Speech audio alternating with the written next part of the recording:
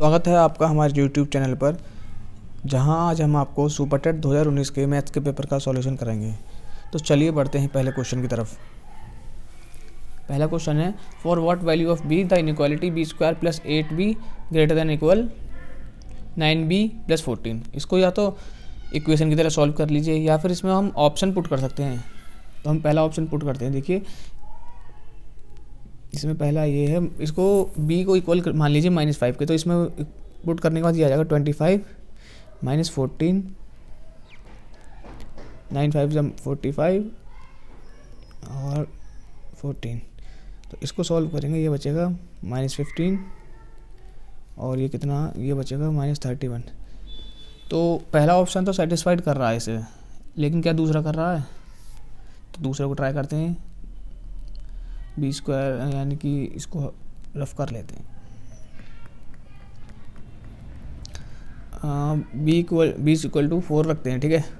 16 plus 8 4 32, 36 plus 14, इनको add करने के बाद ये आया 50 और ये रह गया 48। तो इसका मतलब है कि ऑप्शन 1 तो गलत है, ठीक है, क्योंकि ये कंडीशन सेटिस्फाइड नहीं कर रहा है। अब बात रही, अभी देखिए इसमें इन दोनों ऑप्शंस में वैल्यू तो सेम है, लेकिन इसमें थोड़ी सी चीज़ अलग है। थोड़ी सी बात एक अलग है, अभी बताते हैं हम आपको। हम इसमें ये वाली वैल्यू पुट करते हैं, बी 25 प्लस 40,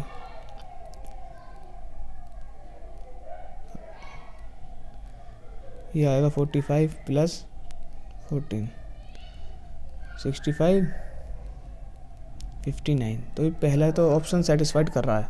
क्या दूसरा कर रहा है? उसको भी देखते हैं हम अभी। -4 रखते हैं, तो 16 माइनस 32, 36 प्लस 14, -16 -32। तो हाँ, इसमें दूसरा ऑप्शन भी सेटिस्फाइड कर रहा है। लेकिन अब हम इसमें एक चीज़ देख रहे हैं, जो वैल्यूज़ हैं वो ऑप्शन 3 में भी सेम है और 2 में भी। तो हम इसमें क्या देखेंगे? देखिए इस वाली इक्वेशन को देखिए, यहाँ ये वाला साइन है, तो b की जो पॉजिटिव वैल्यू होगी ना, वो इस तरफ आएगी और b की नेगेटिव वैल्यू इस तरीके से लिखी जाएगी।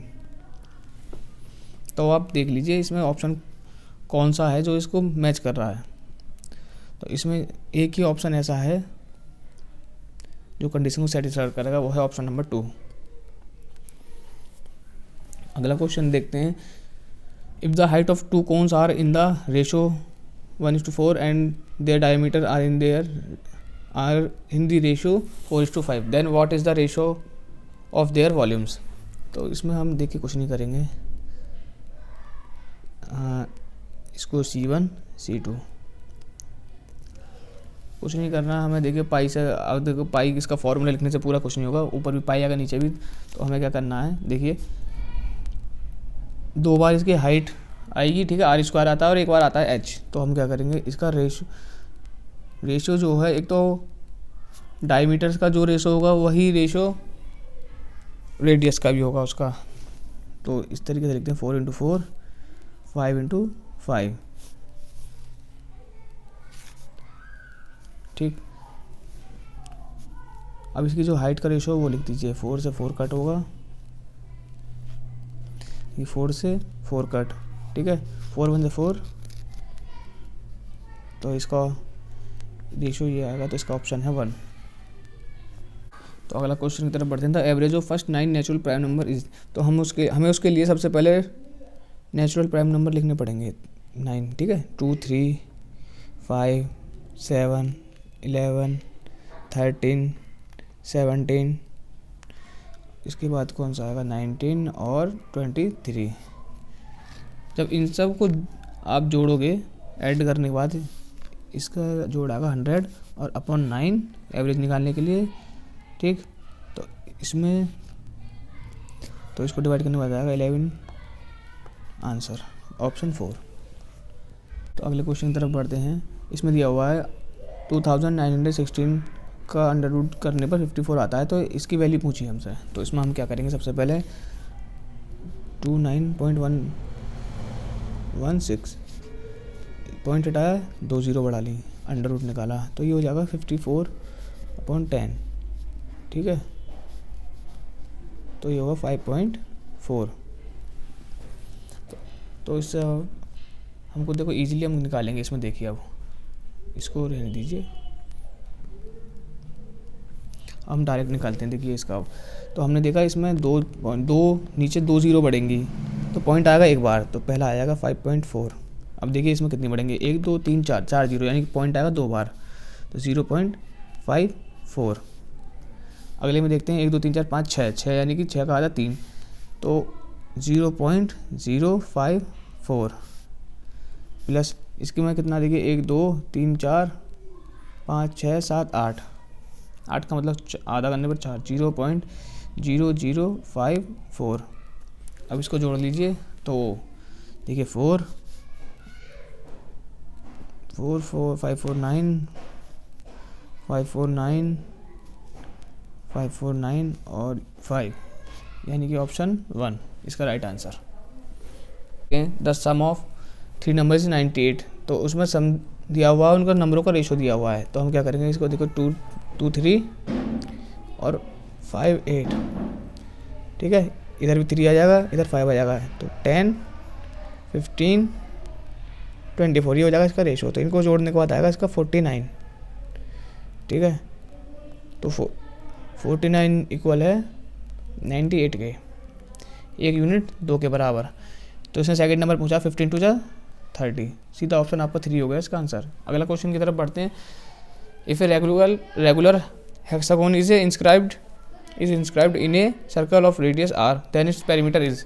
देखिए इसका सीधा सीधा ऑप्शन हो जाएगा नंबर 1 6r, क्योंकि एक सर्कल के अंदर जब हेक्सागोन बनाया जाएगा तो उसकी रेडियस के बराबर ही उसकी साइड्स होती हैं।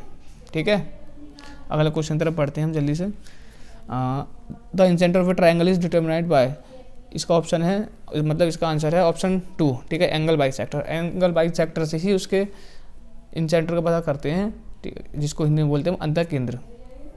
अगले क्वेश्चन तरफ बढ़ते हैं। 1001 का क्यूब पूछा है इसने। देखिए 1001 के क्यूब में होंगे 10 डिजिट, तो हम देखते हैं पहले इसमें 10 डिजिट किस किस ऑप्शन के अंदर हैं। देखिए पहला ऑप्शन गलत, दूसरा गलत, चौथा गलत, सिर्फ तीसरा ही ऑप्शन इसका करेक्ट आंसर है। ठीक है, अगला क्वेश्चन है, if 120 is 20% of a number, then 120% of that number will be, यानी किसी संख्या का 20% 120 है, तो उस संख्या का 120% कितना होगा। ठीक है, देखिए मैं इसको डायरेक्ट भी बता सकता हूँ, इसका वैसे ऑप्शन 720 है आंसर इसका, लेकिन वो कैसे निकालेंगे। देखिए किसी चीज़ का 20% है 120, तो 120% कितना होगा, 120/20 मल्टीप्लाई बाय 26, आप मल्टीप्लाई करिए इन दोनों की, 120 और 6 की 720, ऑप्शन 4। ये देखिए इसमें 2 तरीके होते हैं, या तो आप इसमें एलिमिनेट कीजिए, वरना आप निकाल लीजिए इसमें इसका एलसीएम इन सब नंबरों का, इसके डिनोमिनेटर का। ठीक है, तो इसका एलसीएम निकालने के बाद इसका एलसीएम आएगा 396। अब आप इसमें से हर एक नंबर से, हर एक डिनोमिनेटर से इसमें डिवाइड कीजिए नंबर में, फिर जितना है ऊपर उसके न्यूमरेटर से मल्टीप्लाई कीजिए। ठीक है, उसके बाद आप देखेंगे कि कौन सा नंबर छोटा कौन सा बड़ा है। तो इसको सबको सॉल्व करने के बाद जो सबसे छोटा नंबर आएगा इसका, वो आएगा सिर्फ इसका 4th ऑप्शन वाला। ठीक है, 136। देखिए अब आपको देखिए मैं एलिमिनेट करना बताता हूँ। ठीक है, दूसरा मेथड दिखाते हैं इसका, ऑप्शन एलिमिनेट कैसे करेंगे। इसमें पूछा न्यूनतम अंश। देखिए सबसे पहले हम क्या करते हैं, हम पहले इन ऑप्शंस को ले लेते हैं सिर्फ, तो 3। ठीक है, 18 2 36, तो ऊपर हो जाएगा 26, यहाँ 19 ही रहेगा। ठीक है, और यहाँ 6 6 36, तो 6 5 30। अब देखिए इन तीनों ऑप्शंस में से कौन सा छोटा है, ये तो अभी तक इन तीनों में ये छोटा है। ठीक है, यानी कि बाकी के ऑप्शन इसमें से कौन कौन से एलिमिनेट हो जाएंगे। इसमें जो ऑप्शंस एलिमिनेट हो जाएंगे वो एक ये, इसको काट लीजिए अभी। अब बचे ये 2 ऑप्शन, इनको चेक करते हैं। तो इधर तो है 15 और इधर क्या है 6, तो 11 2 22 और 6 2 12, तो इसमें ये छोटा हो गया। ठीक है, तो इस इधर से भी ये ऑप्शन कट गया। अब इन दोनों में कंपैरिजन कर लेते हैं। अब हम करते हैं कंपैरिजन इन दोनों में। तो 6 और 11 1936। अब आपको बताना है इनमें से कौन सा छोटा होगा। देखिए हम डायरेक्ट कर सकते हैं एक तरीका और। मान लीजिए इसमें 3 की मल्टीप्लाई कर दूँ, इसमें 3 की मल्टीप्लाई कर दूँ। 6 3 है 18, 6 3 है 11 3 33। तो आप ये देखिए यहाँ 30 ऊपर 19 है, यहाँ 18 है, चलो एक की कमी है, यहाँ तो 3 की कमी है। तो आप सीधे आप खुद सोच सकते हैं कि डिवाइड, अगर हम इसमें बाई चांस डिवाइड करने लग जाएँ तो कौन सा ऑप्शन आपको छोटा आंसर देगा, जिसका डिनोमिनेटर बड़ा होगा। ठीक है, ऊपर तो डिफरेंस 1 का है लेकिन नीचे 3 का है, तो हमको इससे पता चलता है कि यही छोटा होगा, क्योंकि नीचे जो डिनोमिनेटर में 3 का डिफरेंस है, ऊपर 1 का। तो आप अब मान लीजिए इसका, ठीक है, इतने डिफरेंस पे डिनोमिनेटर जैसे छोटा हो गया है ना, तो उसकी वजह से ये संख्या बड़ी हो जाएगी, डिनोमिनेटर छोटा, क्योंकि ऊपर तो ज़्यादा डिफरेंस नहीं है, सिर्फ 1 डिजिट का, लेकिन नीचे 3 का। अगर मान लीजिए एक एक डिजिट का डिफरेंस आ रहा होता तो हम एक बार को चेक करते। तो इसका ऑप्शन हो जाएगा सीधा 4th। अगला क्वेश्चन है, एक आयत की लंबाई में 25% की वृद्धि होती है तो उसकी चौड़ाई कितनी % घटा दी जाए ताकि उसका क्षेत्रफल एक समान बना रहे। ठीक है, 25% का मतलब होता है 1/4। मान लीजिए लेंथ 4 से 5 कर दें। ठीक है, ये ओल्ड है, ये है न्यू। तो उसका क्षेत्रफल यानी कि एरिया जो है ना मेंटेन रहे सेम। ठीक है, तो कितनी डिक्रीज़ करें, तो हम क्या करते हैं, इसका ये है लेंथ, ये है ब्रेड्थ। ठीक है, तो हम क्या करते हैं, इसका एक कांस्टेंट एरिया मान लिया 20।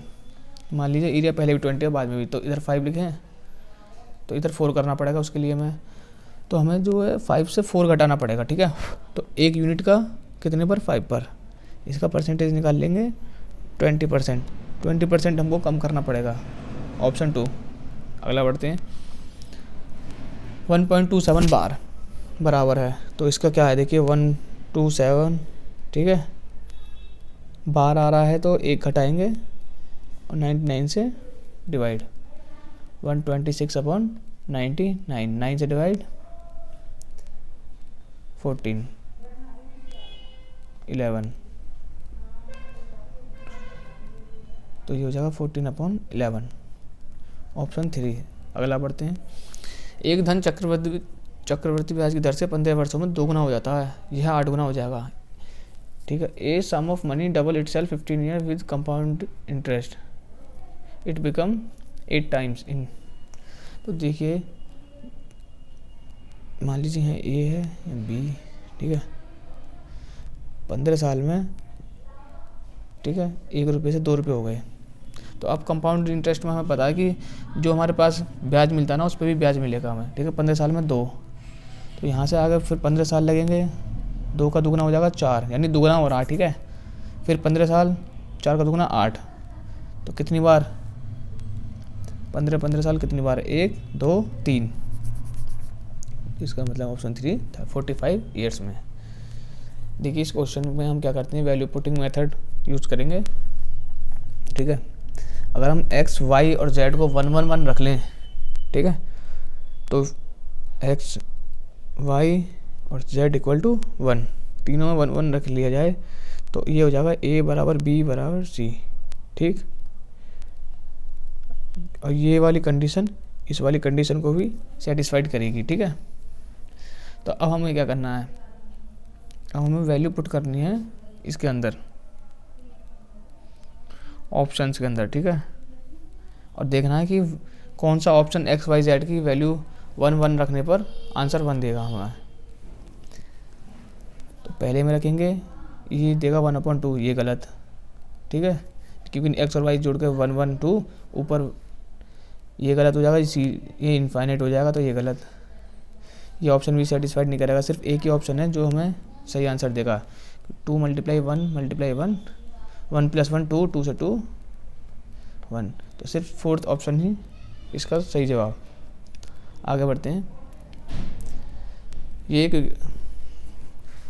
इसके फैक्टर्स करने हैं। देखिए हम ऑप्शन से जा सकते हैं इस पर, हमें क्या करना है, देखिए हमें ऐसे फैक्टर्स ढूंढने हैं। देखिए ये वाला प्लस आ रहा है, ठीक है, बाकी 2 माइनस हैं। तो एक तो वैल्यू एक में तो होनी चाहिए y की वैल्यू पॉजिटिव और एक में होनी चाहिए नेगेटिव। सेम कंडीशन z के साथ भी है, एक में पॉजिटिव होनी चाहिए, एक में होनी चाहिए नेगेटिव, वरना ये इसमें सेटिस्फाइड नहीं करनी चाहिए।